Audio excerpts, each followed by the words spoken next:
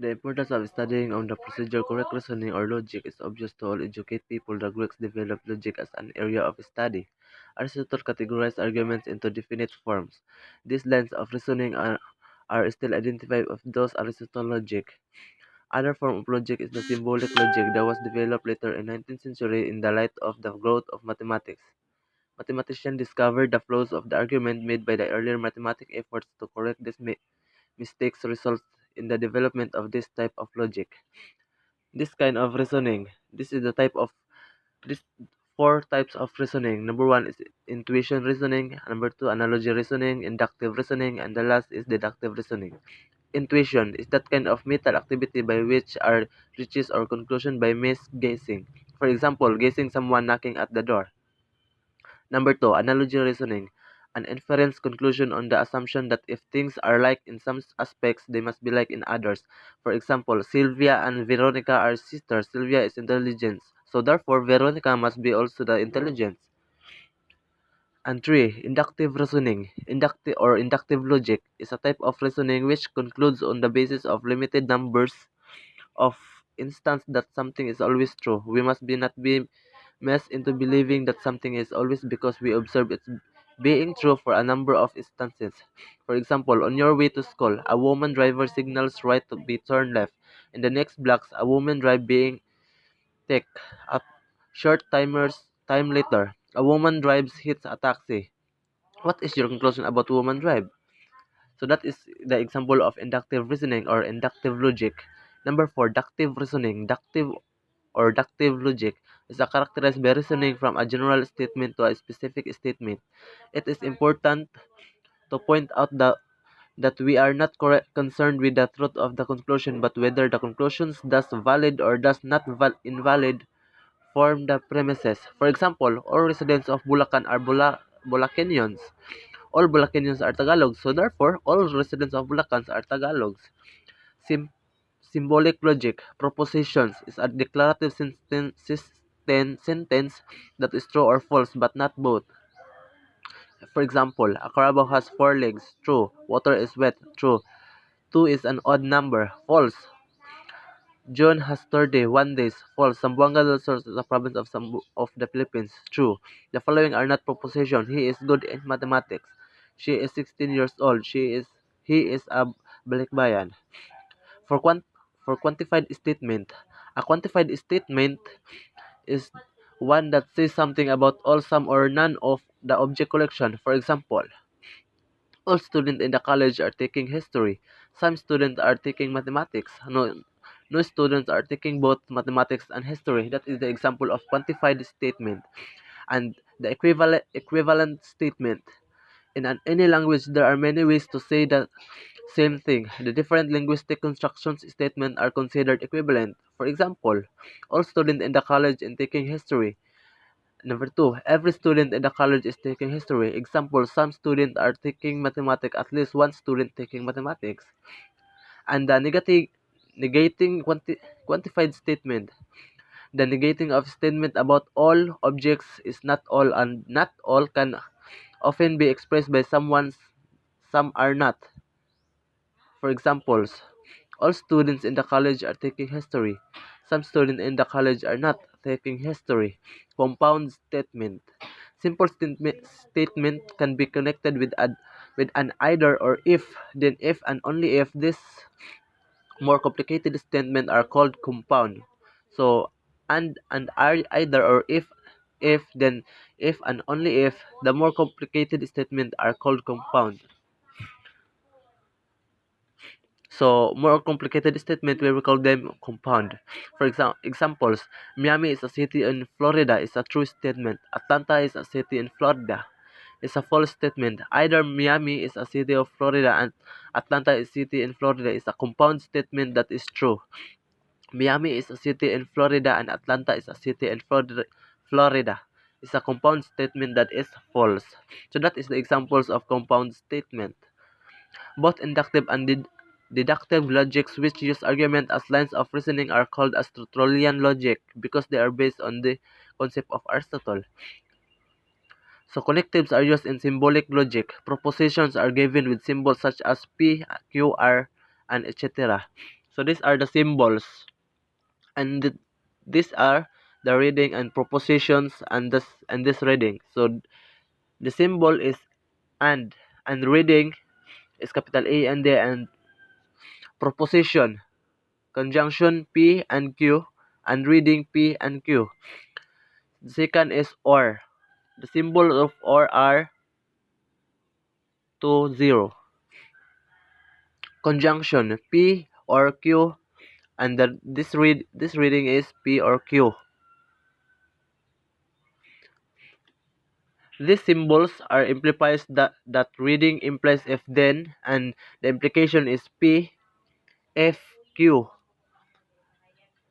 Reading P implies Q if P then Q. And the other symbol, the two arrow, is equivalent or if and only if. Proposition equivalence P and Q. Reading P is equivalent to Q, and this symbol is not. Reading is not. Proposition negation. Reading not P. For example, P, today is Wednesday. Q, it is raining outside. Today is Wednesday and it's raining outside. P P and Q, today is Wednesday or it's raining outside. P implies if, then Q, if today is Wednesday, then it's raining outside.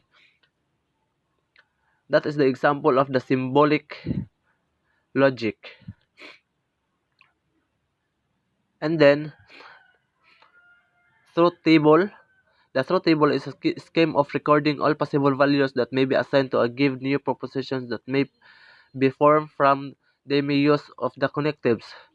This table is a conjunction, and this one is disjunction and implications. Tautology, if this were so P,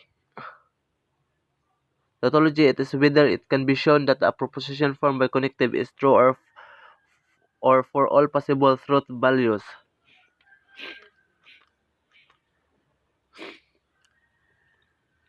These T are the symbol of truth values.